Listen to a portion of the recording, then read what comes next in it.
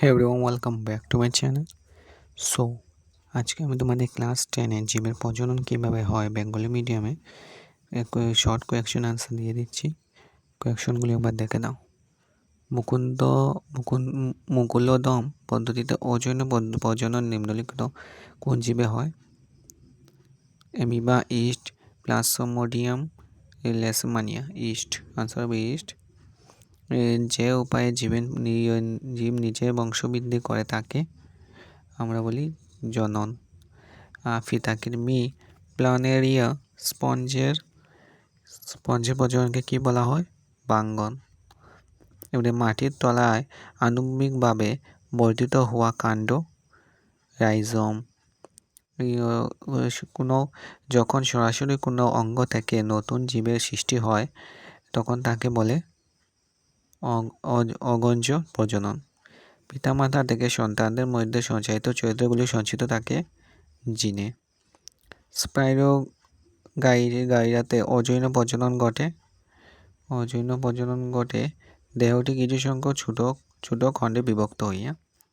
নিচে কোন রোগটি অজৈন সংক্রামিত হয় না? হেপাটাইটিস। মানুষের দেহে নিচের কোনটি সৃজনন অঙ্গ নয়? শুক্রবাহী নলী।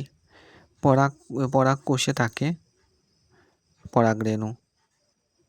যে জীবের যে জীবন প্রক্রিয়ায় জীবের সংখ্যা বৃদ্ধি পেয়ে নতুন জীবের তৈরি করে তাকে বলা হয় প্রজনন। দেশ প্রজননকে একপিপৈতৃক করে অজৈন। এরপর আছে এদেশ এত দ্বারা জীবের বংশ রক্ষা করে জনন। শুক্রাণু এবং ডিম্বাণুর মিলনকে বলা হয় নিষেচন। এইডস কারক বীজাণুর নাম HIV ভাইরাস। উদ্ভিদের পুংজনন কোষ কোথায় সৃষ্টি হয়? উদ্ভিদের পরাগধানীর মধ্যে পুংজনন কোষের সৃষ্টি হয়। কোন প্রকার প্রজননে উদ্ভিদের ফলে বীজ সৃষ্টি হয়? উদ্ভিদের যৌন প্রজননের ফলে বীজ সৃষ্টি হয়। সবুজক উদ্ভিদ যৌন জনন ছাড়া কি উপায়ে বংশ বিস্তার করে? অগঞ্জ প্রজনন পদ্ধতি দ্বারা।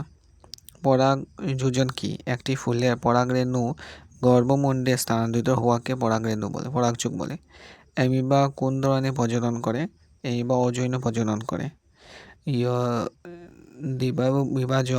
দ্বিবিভাজন এর দ্বারা বংশবিস্তার করা দুটি প্রাণীর নাম অ্যামিবা ও প্যারামিডিয়াম। আর দুই প্রকার কৃত্রিম প্রজননের নাম লেখো কলাকর্ষণ এবং কলম পদ্ধতি। সো আজকের জন্য এটুকুই। তুমি আসবো তোমাদের জন্য ভিডিও। সবাই